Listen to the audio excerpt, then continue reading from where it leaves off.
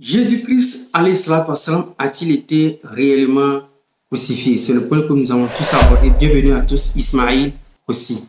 Alhamdulillah, Rabbil Alamin, nous demandons celle d'Allah subhanahu wa ta'ala sur le prophète Muhammad sallallahu alayhi wa sallam, sur sa famille, sur ses compagnons, sur tous ceux qui œuvrent véritablement pour l'islam jusqu'au jour de la résurrection, Inch'Allah. Une fois de plus, vous vous retrouvez avec votre frère Ismaël aussi. Je suis un chrétien converti à l'islam et la belle heure par la grâce d'Allah subhanahu wa ta'ala. Et par la grâce, je vous ai promis 100 sujets à traiter avec 100 vidéos les plus palpitantes entre le judaïsme, le christianisme et l'islam. Donc, tous ces 100 sujets-là vont porter sur les divergences sur la personnalité de Isa alayhi salatu wassalam, notamment dans ces trois mouvements spirituels. Par la grâce d'Allah subhanahu wa ta'ala, aujourd'hui, nous allons aborder le sujet de la question: est-ce que Jésus-Christ alayhi salatu wassalam a été crucifié? Donc, déjà dans la sourate 6, verset 19 plutôt, dit: qu'y a-t-il de plus grand en fait de témoignage? Dit: Allah est témoin entre moi et vous, et ce Coran m'a été révélé pour que je vous avertisse par sa voix, vous tous et tous ceux qu'il atteindra. Dans ce verset, Allah subhanahu wa ta'ala, ce qui est important beaucoup plus dans cette vidéo, c'est que Kul Aïchei Akbar ou Shahada dit: y a-t-il quelque chose de plus grandiose que le témoignage? Donc nous, si on doit croire aujourd'hui, par exemple, si Isa alayhi salatu wassalam a été crucifié, il faut obligatoirement qu'on croit aux témoins. Mais est-ce que ces témoins sont véridiques ou pas? C'est tout ce que nous allons aborder aujourd'hui, Inch'Allah, pour voir exactement ce que dit chaque témoin, et nous allons mettre à la lumière ses mensonges ou ses vérités, Inch'Allah. Pour continuer, d'abord, on va vous lire la sourate 4, verset 157. Parce que la sourate 4, verset 157 pose un gros problème. La sourate 4, verset 157, déjà expose sa position par rapport à la divergence entre les juifs, les chrétiens et les musulmans.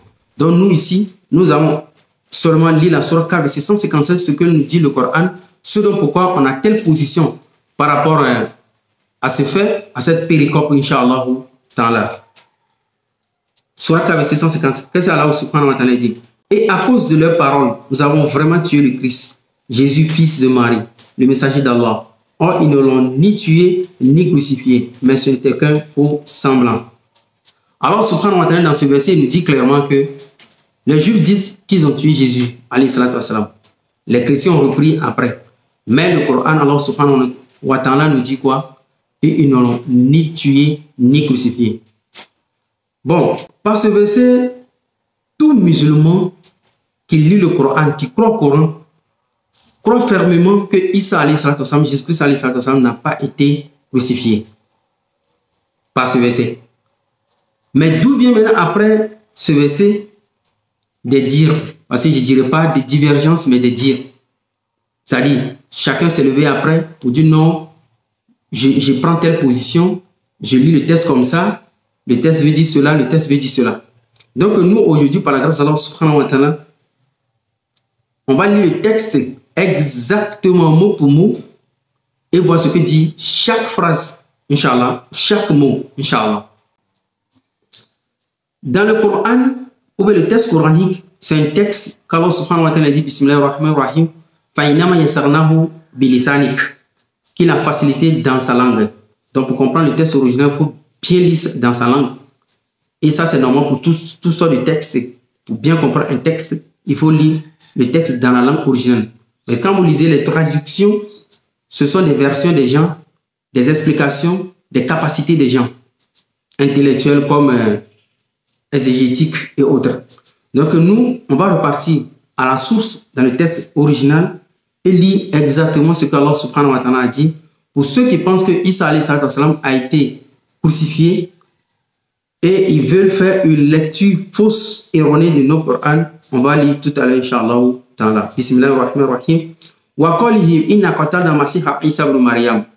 Ils disent avec leurs paroles, les Juifs, qu'on a tué Isa ibn Maryam, Rasulullah. Isa, le fils de Marie, le messager d'Allah. Certains chrétiens disent, mais les Juifs n'ont pas tenu cette parole parce qu'ils ont dit messager d'Allah. Non. Tout à l'heure au tableau, vous allez remarquer que les Juifs disent que il appelle Jésus le roi des Juifs. Mais pourtant, c'est une ironie de la part. C'est-à-dire, il t'appelle de ce que tu veux. C'est une ironie. Est-ce que vous voyez un peu? Voilà, c'est une ironie. Wamakota Lobo, ils l'ont pas tué. Wamasola Bobo, ils l'ont pas crucifié. Ils n'ont pas quoi? Crucifié. C'est fini. Ils n'ont pas crucifié. Maintenant, pourquoi ils n'ont pas crucifié? Voilà qui shubiha lahu. C'est quoi? Shubiha lahu. C'est juste une ressemblance pour eux. C'est là qui cause problème. Beaucoup se sont dit, mais c'est quelle ressemblance? Et là, d'autres pour faire une lecture, parce qu'ils ont été omnibulés, comment dirais-je, sous pression des non-musulmans, à donner l'identité du faux semblant. Ils ont dit ici, voilà qui shubiha lahu. Ils ont dit non, ça leur a apparu ainsi. Non? On lit un texte dans un contexte originel. On lit un texte où on nous parle d'un être humain qu'ils ont dit qu'ils ont tué. Mais comment ça peut être une illusion à leurs yeux, une quoi? Non, mais ce n'est pas un rêve, ce n'est pas une histoire. Non. Le verset suivant. Wa inna lezina ikhtalafu fihi la fi shakkin min ma lahu bihi ilm ila tiba'a zon. Ceux qui ont discuté sur son sujet, ils sont dans l'incertitude. En gros, ils sont dans l'incertitude. Maintenant, Allah continue. Là où c'est encore intéressant, Allah dit wa makota luhu yaqina. Ils n'ont certainement pas tué. Si Allah subhanahu wa ta'ala il dit qu'ils n'ont pas tué Isa alayhi salatu wassalam, 2 fois il a dit. Mais pourquoi devrons-nous dire qu'il a été crucifié? Mais s'il a été crucifié, est-ce qu'il a été tué? S'il a été tué, pour les musulmans, ici on parler de certains musulmans, ou bien avec certains non-musulmans qui veulent lire de façon erronée le texte. Si Allah a dit 2 fois qu'il n'a pas été tué, mais pourquoi dirait-il encore que c'est lui qui a été crucifié? Parce que s'ils disent que Isa est une illusion à leurs yeux, mais ça veut dire qu'il n'y avait pas une personnalité de Isa. Vous comprenez un peu? Ça dit, je vais vous lire la suite de l'histoire, vous allez mieux comprendre. Barafahullahu ilayhi. Allah l'a élevé vers lui. Wa kanallahu aziz al-hakima. La suite, Allah dit wa immin ahl al-kitab illa la yu'minuna bihi qabla mautihi. Aujourd'hui là, on va lire la sourate 4, verset 157. Pour ceux qui disent que non, c'est une illusion, c'est pas une ressemblance comme ça, on est devant le texte coranique. Et là, toute personne, moi je suis ouvert à tout, hein, qui n'est pas d'accord avec cette lecture-là. Mon numéro, j'affiche ça, 00228 97 79 38, 00228 97 79 38. Que dans ce texte-là, il s'agit très bien d'une ressemblance de Isa. Quand le verset dit, Allah dit,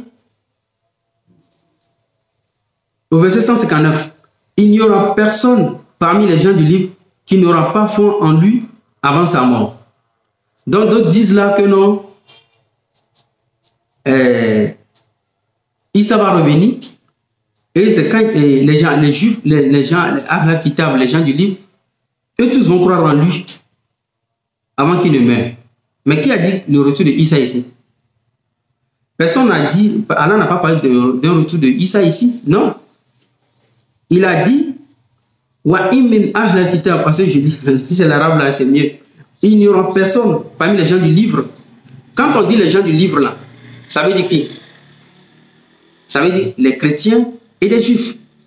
Mais si vous dites que eux tous vont croire en lui avant sa mort, ben ça veut dire que les chrétiens, les juifs vont croire en Isa à son retour avant qu'il ne meure.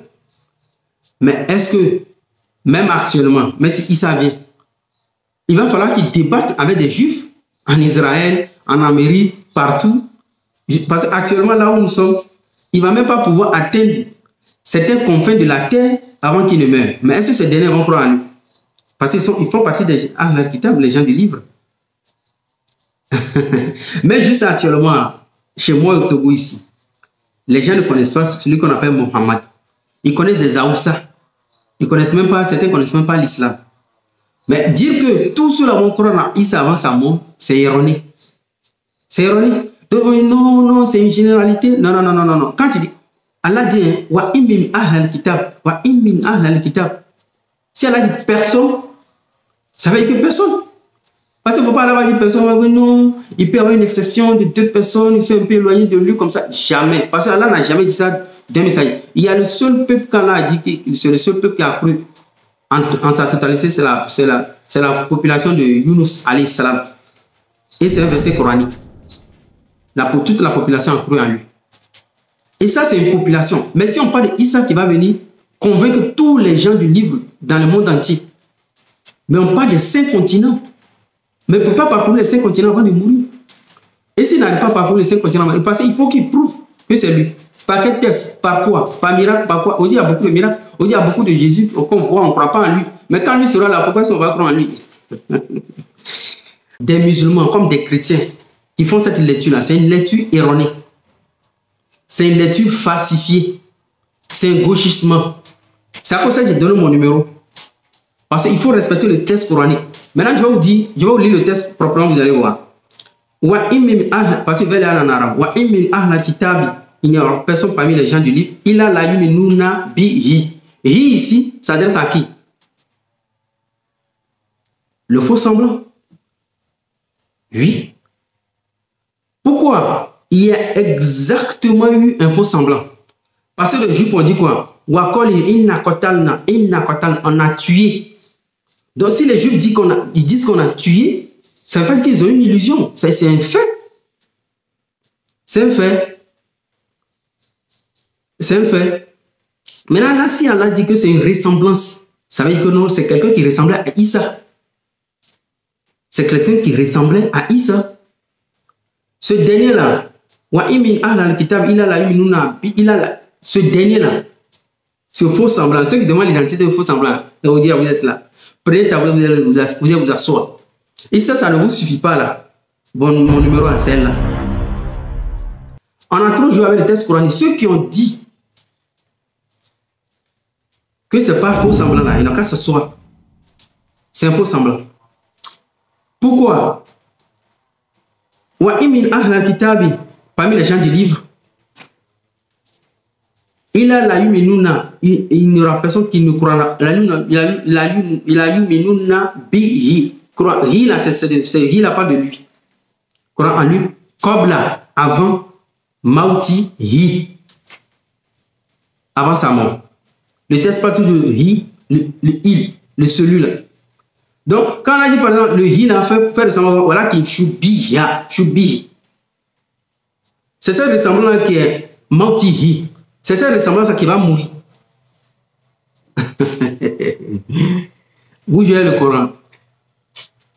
C'est cette ressemblance-là de Issa là. C'est lui sa mort, c'est de sa mort par là ici. Shubi. Parce que quand il y a hahibu en arabe. Quand il dit shubi là, c'est parce que l'autre a pris fata.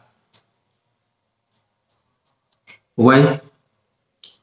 Wamakotalu hu. Ils l'ont pas tué. C'est toujours Issa. Shubiha, c'est lui qui est comme la Mautihi. Comme la Mautihi, sa mort. Mais là, si on ne doit pas comprendre comme ça. Donc, ça voudrait dire que quand on va dire 2 fois qu'ils n'ont pas tué Issa, il va dire que avant la mort de Issa. Et là, pour ne pas se faire piéger, on dit non, quelqu'un va revenir, c'est sa mort. Les gens vont croire en totalité en lui. Jamais, c'est faux. C'est une lecture erronée, c'est un gauchissement. C'est une maladresse. Donc, chers frères et sœurs, pour conclure, Alhamdulillah, Rabbil Alamin, pour conclure, les Juifs sont venus attraper Issa alayhi salatu wassalam. C'est ça que Allah dit wa makaru, ils ont complété. Wa makarullah. Wallahu khayru makirin. Ils ont complété, Allah a fait déjouer leur complot. Ils ont complété de faire quoi? De tuer Issa. Comme Allah ne voulait pas qu'ils tuent Issa, qu'est-ce qui va se passer? Le complot va tomber sur qui? Sur eux-mêmes. Parce qu'il y a beaucoup de versets qui disent ça. On va faire une autre vidéo sur ça. Donc le complot va tomber sur les Juifs eux-mêmes. On est d'accord, c'est un. De deux, si les Juifs sont venus attraper Isa, ils sont dans un nombre, ils sont au nombre de 2, 3, 4, 5, 6 personnes. N'est-ce pas? Parmi eux, alors subhanahu wa ta'ala, il va prendre un. Il va prendre le visage de Isa. Pourquoi? Parce que Wamakarola, ils ont complété, alors aussi à compléter. Elle a déjoué le plan. Donc, vous venez tuer un innocent. Qu'est-ce qu'il va faire? Vous allez tuer vous-même vos propres frères à la place de ce innocent qui est Isa, que Jésus-Christ. Maintenant, d'autres ont dit non, elle est méchant. Pourquoi il a mis un innocent à la place de Isa? Qui dit que c'est un innocent? C'est pas un innocent? C'est un pervers, c'est un mécréant qui est venu tuer Isa. Voilà. Si quand on rentre dans la spiritualité, les gens se perdent. S'il y a 5 voleurs qui rentrent chez vous aujourd'hui et vous voulez faire déjouer leur complot, vous êtes dans la chambre, vous voyez un peu, vous voulez faire déjouer leur complot. Vous avez fait d'une manière, vous mettant quelque chose sur le visage de l'un d'eux, vous le mettre à terre, pensant que quand les autres vont le voir, ils vont voir que non, c'est vous qui êtes là. Et vous fuyez de l'autre côté. Ce dernier-là, quand ses amis vont tomber sur lui, vont le poignarder autre. Et c'est un innocent. Hein? C'est pas un innocent. C'est un malfaiteur. Que vous avez mis juste une perruque sur sa tête, une ressemblance de vous que vous avez déjà gardé, qui a un plan chez vous. Si voilà, vous avez fait quelque chose comme ça. Souvent, ça se fait même dans beaucoup de films. On met une perruque sur la personne pensant que c'est lui qui dort là-bas et puis bon, la personne fuit de l'autre côté. Si ce n'est pas une poupée et c'est votre ennemi, vous avez mis la chose sur lui. Et parce que vous l'avez, comment dirais-je, vous l'avez affaibli ou bien vous l'avez, je ne sais pas, j'oublie le mot là. Hein? Vous l'avez solidement attaché et vous avez mis votre perruque sur vous, prenez la fuite. Mais est-ce que vous savez que c'est un innocent? Il n'est pas innocent. Il n'est pas innocent. Donc, quand les Juifs sont venus attraper Isa alayhi salatu wa salam, alors subhanahu wa ta'ala a fait déjouer leur complot. Parmi eux, un qui a pris le visage de Isa alayhi salatu wa salam, par la grâce d'Allah subhanahu wa ta'ala, par sa force. Maintenant, ils ont tué ce dernier-là. Raison pour laquelle les Juifs vont dire Inna qatalna, on a tué. Wa qalihim, c'est leur parole. On ne peut pas contrôler leur parole qu'ils ont tué quelqu'un. C'est ce dernier-là maintenant. Quand ils vont l'attraper, ils vont commencer à de tuer le maltraité. Il va dire non, c'est pas moi, Isa. Il va dire non, c'est pas moi, Isa. C'est ça le verset dit ils vont jamais le croire que c'est pas toi, Isa. Parce que le visage qu'on voit là, c'est Isa, on voit. Jusqu'à Kobla Mauti, jusqu'à le montre à mort. C'est ça qu'ils auront inakotalna. On l'a tué. Donc, c'est un texte qui est beau, qui est normal. Je ne sais pas pourquoi. Les Juifs sont venus attraper Isa. Elle a pris un parmi eux, a mis le visage de Isa sur lui. C'est ça qui est Shubia là-haut. C'est une ressemblance pour eux. Pour eux, voyaient Isa, mais c'est une ressemblance.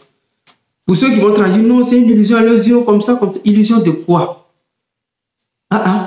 On parle d'un fait réel où on veut tuer un individu, fait physique. Tu ne parles pas d'illusion. Donc les Juifs sont restés comme ça. Ah, on a tué Isa. Ah, une illusion. Souvent, quand les gens sont religieux, ils sont ivres. Donc les Juifs sont là comme ça. Ah, c'est une illusion à nos yeux. Ah, on pense qu'on l'avait tué. On pense qu'on l'a... Non, on te parle d'un fait réel. C'est pas d'un fait réel. On ne parle pas d'une histoire que les Juifs racontent, non. Pourquoi ils disent non, c'est une illusion à leurs yeux, comme ça? Non, c'est une ressemblance à leurs yeux. Shubiha là-haut. Voilà. Et ce dernier-là, ils ne vont jamais croire en lui que ce n'est pas Isa. Jusqu'à ils vont le mettre à mort.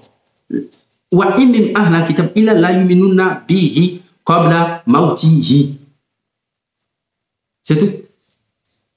Celui qui n'est pas content là, 00228 97 60 19 38. 00228 97 79 38, Inch'Allah. Donc maintenant, ce que nous allons faire, on va partir maintenant au tableau. Et on va voir maintenant, est-ce que bibliquement, là, Jésus-Christ a été crucifié? Bienvenue à tous, Ismaël Kossi. Déjà, abonne-toi et allons au tableau, Inch'Allah. Alhamdulillah, Rabbil Alamin. Pour continuer, je vous ai laissé un peu en suspense. Je vous ai parlé un verset suivant. Ce verset, il est catastrophique. Ouais. Alors, subhanahu wa ta'ala dit, Bismillahirrahmanirrahim, Wa imin ahlil kitab ila la yuminuna bihi qabla mautihi. Nous appelons parmi les gens qui ne croient pas en lui, qabla mautihi, avant sa mort. Allah continue. Wa yawmal qiyamati yakunu alayhim shahida. J'ai oublié ça en français. Et au jour de la résurrection, il sera témoin contre eux. Il sera quoi? Témoin contre eux. Qui sera ce témoin-là? Contre les Juifs. Mais c'est le gars. Le gars qui a pris la ressemblance d'Issa qui a été mis à mort, c'est lui qui sera témoin. Non, c'est moi, vous avez tué. Ainsi, l'histoire se termine en toute beauté. Parce qu'il faut que le mort lui-même témoigne. Mais actuellement, le mort n'est pas là. Mais le jour de la résurrection, il va témoigner que non, ce n'était pas Issa, c'est moi que vous avez tué. Comme il disait, c'est pas moi, c'est pas moi, c'est pas moi.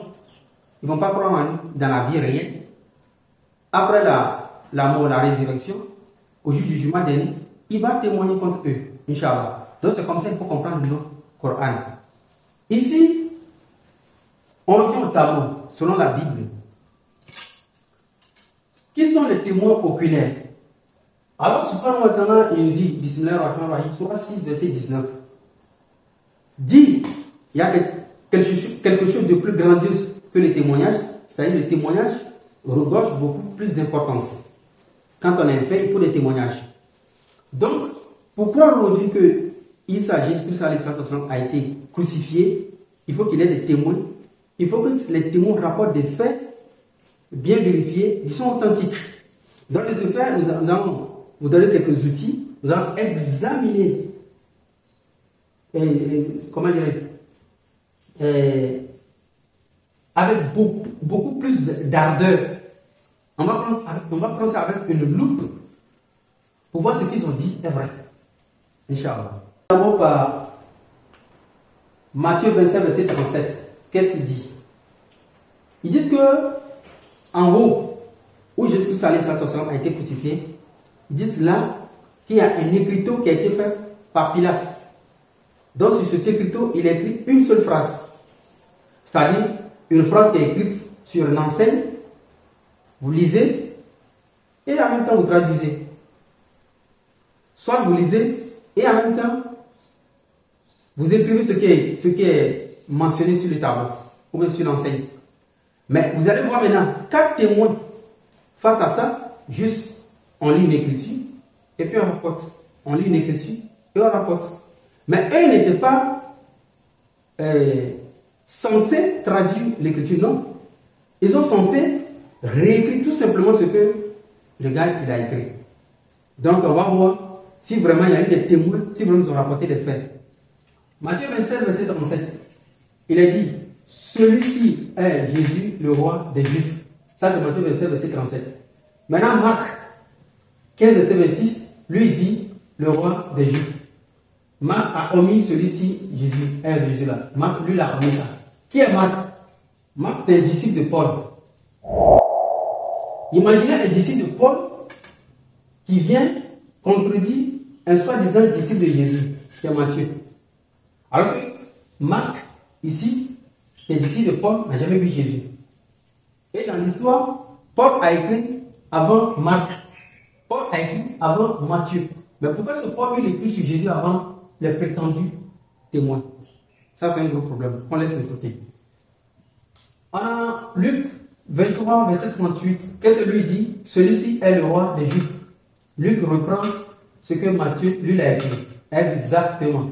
Parce que Luc, dans son prologue, Luc 1, verset 1, il va nous dire quoi? Que lui, il a rapporté ce que les gens ont rapporté. C'est-à-dire qu'il n'était pas inspiré, il n'est pas témoin. Ok. Dans Jean 19, verset 19, Jean dit, Pilate fit aussi un écriteau. Il plaça sur la croix et il y était inscrit Jésus de Nazareth, roi des Juifs. Le roi des Juifs. Est-ce que dans les textes précédents, on a vu Nazareth? Nazareth n'est pas mentionné. Si Nazareth n'est pas mentionné là-bas, c'est que c'est Jean qui a fait un ajout. Jésus qui est ici, et Jésus, le roi des Juifs, Jésus, de l'autre côté, Jésus là-bas, il n'y a pas celui-ci. Maintenant, Jean, comme il sait que c'est un bon menteur, il va dire non, l'inscription était en hébreu, en latin et en grec. C'est-à-dire, une seule inscription au-dessus d'une seule personne se retrouve dans 3 langues. C'est déplorable. Ouais. Une seule inscription au-dessus d'un individu se retrouve dans 3 langues. Puisque Jean, on ne va pas le dire ici, mais Jean a une autre description de Jésus-Christ alayhi salatu wassalam. Jean, c'est un philosophe. Lui n'a rien à voir avec la raison pour laquelle vous allez voir que tous les écrits de Jean n'ont rien à voir avec les écrits de Matthieu. Matthieu devait être un pharisien, mais Jean devait être un philosophe. Parce que Jean donne une autre vie différente, radicalement différente par rapport à la vie qu'a donnée Matthieu à Jésus-Christ. L'identité. On continue. C'est quoi la conclusion? La conclusion maintenant est que qui est Matthieu? Parce qu'on a dit, est-ce qu'il y a quelque chose de plus grandiose que le témoignage? Dans la Sourate 6, verset 19, ça c'est le Coran. Qui est Matthieu? On doit savoir qui est Matthieu. Les chrétiens n'ont aucune information sur Matthieu. Ni sa femme, ses enfants, où il est né, où il a vécu. Zéro information. Seulement, prétendument qu'il est mort quelque part ici, d'où il y avait la divergence. Mais comment pensez-vous que nous allons croire au dire d'un individu, un livre d'un individu, que vous-même vous ne connaissez pas? Vous ne pouvez pas recueillir un texte que vous ne connaissez même pas l'auteur. Nous, en islam, tous ceux qui ont parlé, on a tout sur eux. Mais quand ils vont au champ, on a tout sur eux. Mais Matthieu, ils n'ont rien sur lui. Son papa, son nom, on ne connaît pas. Qui est Marc? C'est ce que je vous avais dit. Marc, c'est un compagnon de Paul. Philémon 1, vous allez trouver ça dedans. C'est un compagnon de Paul. Je vous mets ça ici. Qui est Luc? Luc, c'est un compagnon de Paul. Je vous mets ça encore ici. Maintenant, qui est Jean? Qui est Jean? Jean, il va se décrire lui-même. Jean va se décrire lui-même. Jean 21, verset 24, qu'est-ce que Jean dit? Il dit, c'est ce disciple qui rend témoignage de ces choses et qui les a écrites. Et nous savons que son témoignage est vrai. Ici, Jean dit que c'est un certain disciple que Jésus aimait qui a rendu le témoignage de ces choses-là et que c'est lui qui les a écrites. Et pour s'exclure de cette littérature et de ce témoignage, il dit, et nous savons que son témoignage est vrai. Mais si Jean, c'est lui qui a écrit, c'est lui qui est le témoin, pourquoi va-t-il dire que nous savons? Nous, le nous, ça cause un problème. Ça cause un problème. Ouais. Donc c'est comme ça, dans la Bible, en conclusion, on n'a pas de vrais témoins. Les 10 sont antagonistes. Tout est de pêle-mêle, de confusion générale. Il n'y a pas la tête, il n'y a pas la queue. Il n'y a pas un développement. Il n'y a rien de fondé. Il n'y a rien de factuel. Dans le fait, tous les témoignages s'écroulent. Ici, on va rentrer en profondeur. C'est-à-dire, il y a des propos qui sont rapportés dans la Bible, notamment sur la personnalité de Jésus alayhi salam, qui sont des propos, en parenthèse, qu'on pouvait croire que ces propos venaient de lui. Donc ça, c'est notre aspect de notre syncrétisme, de notre développement et de nos recherches. En fait, nous allons faire une belle randonnée musclée. On va prendre une grande loupe pour examiner exactement chaque geste fait, parole, propos, témoignage et soutien donné de la part de la Bible à cette théorie de la crucifixion. En fait, si vous lisez la Bible, vous avez l'impression de recueillir certains propos de la bouche de Jésus étant où sur la croix. Mais ça va poser un problème à la théorie musulmane qui contredit, qui nie d'ailleurs ce fait. De ce fait, nous avons trouvé la solution, Inch'Allah, de consulter exactement ces propos-là pour voir d'où venaient-ils. Si c'est de la part de Jésus-Christ, ou si c'est des propos d'autrui recueillis, piochés dans d'autres livres. Ici, dans Matthieu 27, verset 35 plutôt, il est question de ils se sont partagés mes vêtements et ils ont tiré au sort ma tunique. Ça, on dit Jésus était sur la croix et puis bon, ils ont déchiré, ils ont partagé, ils voulaient partager beaucoup de choses. Mais c'est une parole de Psaume 22, verset 19, où il est dit ils se partagent mes vêtements, ils tirent au sort ma tunique. Ça, c'est dans Psaume 22, verset 19. Et ça, c'est une parole de David. La conclusion que nous allons faire ici, c'est que si ces propos ne sont pas de David, et les chrétiens pensent que ces propos sont de Jésus-Christ, au verset 11 de Psaume 22, il est dit sur toi, j'ai été jeté dès les entrailles maternelles. Dès le ventre de ma mère, tu as été mon Dieu. Psaume 22, verset 11. Je vous affiche. Donc, Jésus dit par la suite qu'il a été quoi? Son Dieu dès qu'il était dans le ventre de sa mère. Donc Jésus n'est pas Dieu. Et si Jésus est Dieu, ce verset ne le concerne pas. Clair. Un autre verset, Matthieu 27, verset 46, où il dit mon Dieu, pourquoi m'as-tu abandonné? Ce verset est souvent cité. Que Jésus sur la croix, il a crié mon Dieu, mon Dieu, mon Dieu. Et d'autres disent Élie, Élie, Élie. Il y a la foule qui est là, la foule va dire quoi? Il appelle Élie, non? La foule va dire qu'il appelle Élie parce que mon Dieu, qui veut dire Élie. La foule ne peut pas dire Élie, non? Élie c'est un autre nom. Mon Dieu aussi c'est un autre nom. La foule va dire normalement il appelle son Dieu. Mais la foule va dire qu'il appelle Élie. Donc il y a un gros problème là-bas. Beaucoup n'ont pas prêté attention à ce passage-là. Maintenant ici, ce même verset se retrouve dans Psaume 22, verset 2. Il est dit, mon Dieu, pourquoi m'as-tu abandonné? Psaume 22, verset 2. C'est encore, c'est pas une parole de Jésus, mais c'est toujours piégé dans Psaume 22. C'est pas une parole de Jésus.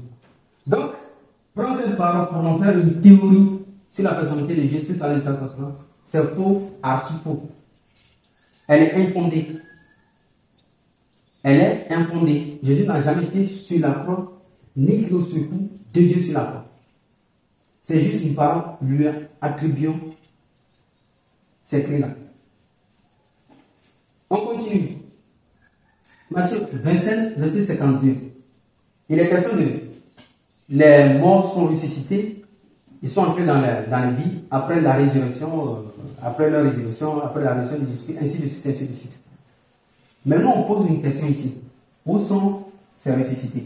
On a jamais vu les ressuscités de Jésus quelque part, témoignant comme ça, ils sont revenus à la vie, ils venaient de telle famille comme ça. Ils disent souvent que les historiens parlent, les historiens disent quoi? Ces ressuscités là, c'est les gens qui doivent parler. On ne les connaît pas. C'est juste un individu, Matthieu il écrit les morts sont ressuscités. Résurrection, c'est quelque chose qui est très grave. On parle de surnombre. On parle des gens qui vont s'ajouter aux gens qui viennent de quelque part d'où il y a un fait, il y a un effet, il y a une cause. Donc il ne faudrait pas, on en cite comme ça un passage et puis on s'arrête là, on s'en fiche de d'où les gens sont venus, qu'est-ce qu'ils ont fait, sont-ils repartis, sont-ils restés? Voilà. C'est grave. On arrive encore à une grave contradiction. Ici, il est question de Matthieu 27, verset 54.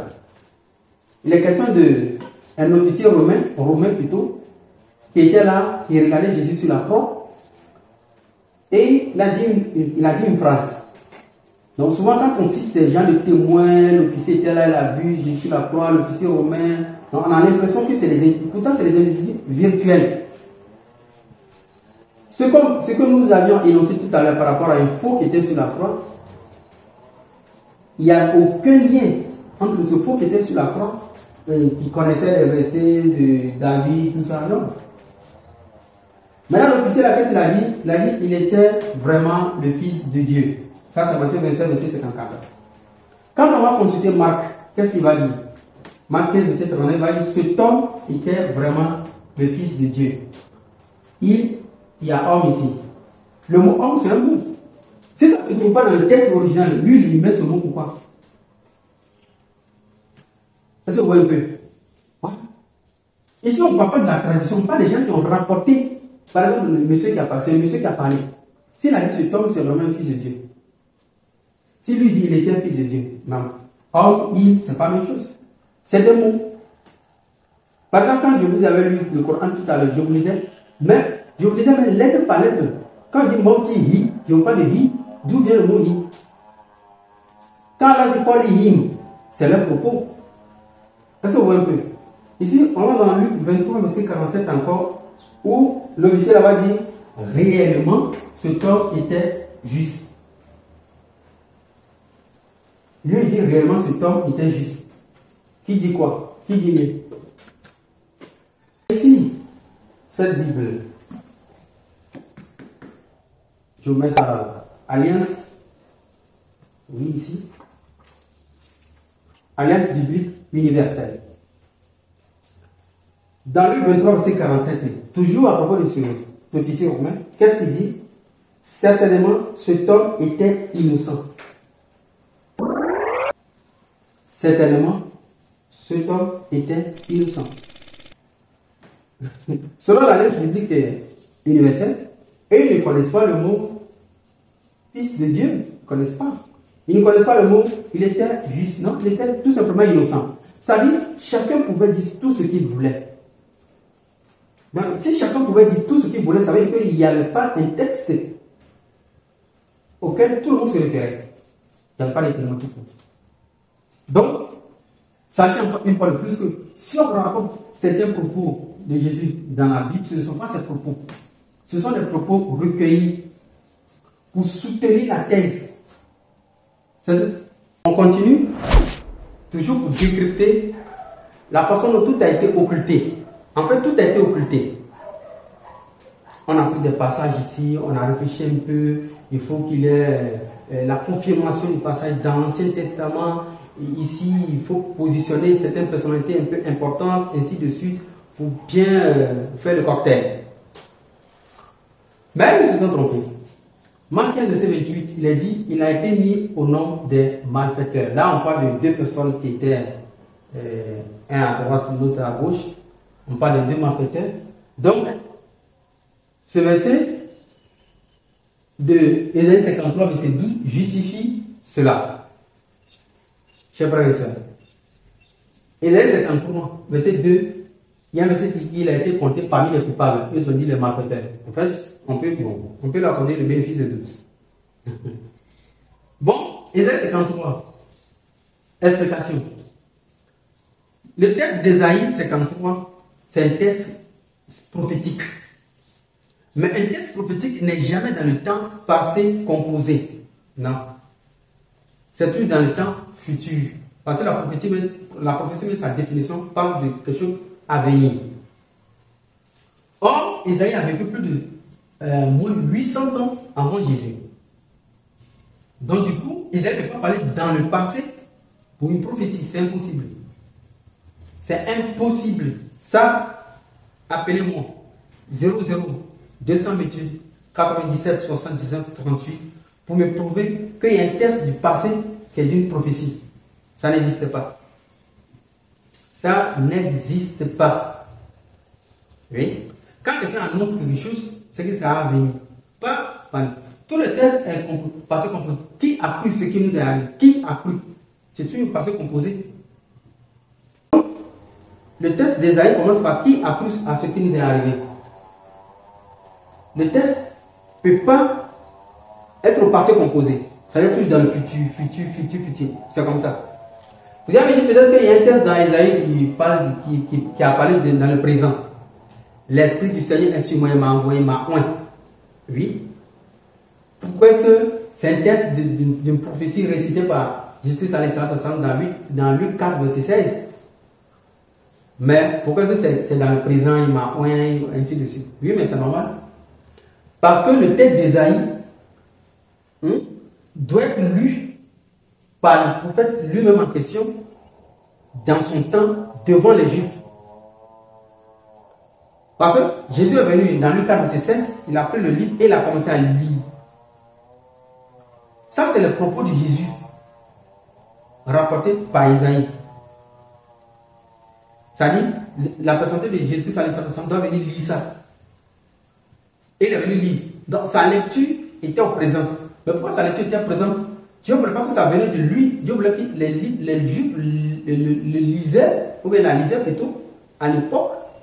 Et quand il viendra lire ça dans le présent, les Juifs vont s'étonner, mais c'est le fils du champatier et autres. Quand il va voir l'étonnement sur leur visage, il va se le voir. Cette prophétie que vous avez toujours lue est aujourd'hui accomplie à ma personne. Ça, c'est compréhensif. Mais toutes les prophéties, même dans les toutes les prophéties sont toujours au futur. Partout, c'est comme ça.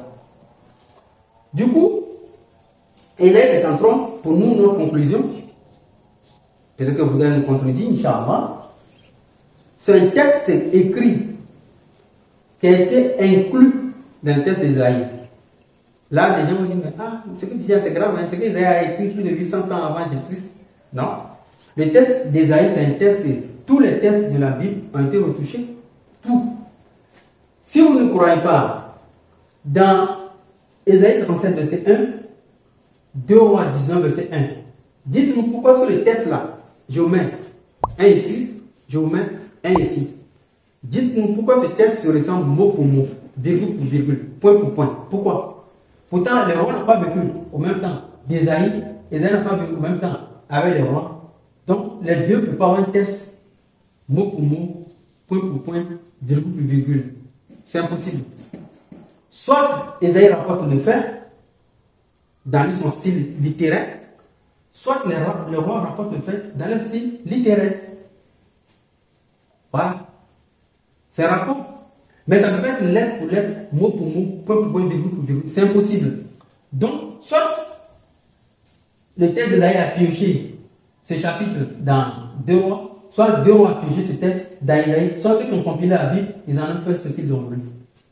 Donc, ça veut dire qu'on peut introduire un texte dans Ésaïe. S'ils ont introduit 2 Rois dans Ésaïe, on peut introduire aussi Ésaïe 53 dans toujours Ésaïe. En fait, vous pensez que ceux qui ont écrit la Bible, ce n'étaient pas des enfants, c'était des intellectuels. Et c'est fait sous instigation de Satan, qui savait bien choisir les hommes capables de bien satisfaire ses besoins. Donc, c'est un peu ça. Donc, Ésaïe 53, j'en ai même d'ailleurs fait une vidéo sur YouTube, je vous mets ça ici. J'ai fait une vidéo là-dessus, allez consulter, Inch'Allah. Vous allez être beaucoup plus servi, Inch'Allah. Alors, on arrive toujours dans la Bible, il est question de aucun de ces os ne sera brisé. Ça, c'est Jean 19, verset 36. Jean, en rapportant cette phrase-là, que non, les gens n'ont pas voulu briser les jambes de Jésus. Et il donne la référence. Pourtant, cette référence se trouve dans Exode 12, verset 46, où il est question de quoi?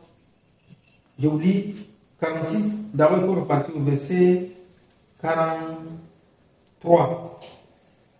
Exode 12, verset 43, il est dit: L'Éternel dit à Moïse et à Aaron, voici la prescription au sujet de la Pâque. Aucun étranger n'en mangera. Tu circonciras tout esclave à qui a pris d'argent, alors il en mangera. Le résident temporaire et le mercenaire n'en mangeront pas. On la mangera dans la maison, même vous n'emporterez pas de chair hors de la maison, et vous ne briserez aucun os. Et vous ne briserez aucun os. Aucun os ne sera brisé. C'est là que Jean rapporte ce verset-là de Exode 12, verset 46, soit disant que c'est ce qui a accompli sur la personnalité de Jésus-Christ. Mais où est le rapport entre la Pâque, la prescription de la Pâque, vous mangez de la viande, où est le rapport avec casser le pied de Jésus? Où est le rapport? Donc si moi aussi, même là, il ne faut pas nous briser les jambes comme ça, et puis on va prendre la prophétie là. Ah oui, je suis Jésus, comme ils ont interdit de ne pas briser mes jambes, je suis Jésus. C'est pas tout ça. Ne riez pas. C'est pas tout ça. Hein? C'est-à-dire, on prend le discours de quelqu'un, on colle à quelqu'un, on dit oui, c'est lui. Moi, je prends le discours de Barack Obama, je me colle à moi, je deviens américain. Je prends... Non, c'est pas comme ça. Chaque discours a une cible, a une orientation, a un fait, a une cause. Mais ça, ce sont les prescriptions sur la Pâque. Ça n'a rien à voir avec la personnalité de Jésus-Christ où il ne faut pas lui briser les jambes. Les jambes plutôt. Vous voyez? Donc c'est comme ça la Bible a pris des versets à piocher de gauche à droite, Inch'Allah. Donc, on va conclure, Inch'Allah, au temps là. Jésus-Christ n'a jamais été sur la croix. Ça, il faut l'oublier. Il n'y a pas un test qui le prouve. C'est seulement, tout a été occulté. Tout a été occulté. Du coup, le Coran nous a déjà dit, Wama Solabo, ils n'ont pas crucifié. C'est fini. Si le texte coranique nous dit, Kul Aïché Akbar Shahada, ça c'est Allah qui témoigne que Isa n'a pas été crucifié. Maintenant, certains hommes ont voulu prendre en opposition à propos d'Allah subhanahu wa ta'ala. On a vu que leurs propos, leurs rapports sont antagonistes. Alors que la règle de deux versets antinomiques, c'est que un est vrai, l'autre est faux, ou les deux sont quoi? Erronés. Si on prend pour celui-là, on laisse pour celui-là. Si on laisse pour celui-là, on prend pour celui-là. Donc, s'il y a un parmi eux qui a été taxé après vérification, bien sûr, de menteur, c'est que non, tous ces dits sont faux. Si tous ces dits sont faux, ça fait quoi? Une soustraction dans l'histoire racontée par l'autre. Maintenant, si devons nous mettre en confrontation, lui c'est mensonge et la vérité de l'autre, là ça va créer un dilemme. Du coup, ça sera suspendu. Donc, pour ceux qui s'intéressent à l'interreligieux, qui aiment ce genre de contenu, abonnez-vous sur ma page Ismaël Kossi YouTube, Facebook Ismaël Kossi, TikTok, abonnez-vous sur TikTok, c'est toujours Ismaël Kossi. Sur TikTok, on essaie de partager des interventions brèves, concises, pour décrypter la Bible, en opposition avec la Bible et le Coran. Donc ça, c'est beaucoup plus rapide pour ceux qui veulent apprendre l'interreligieux, de prendre certains sujets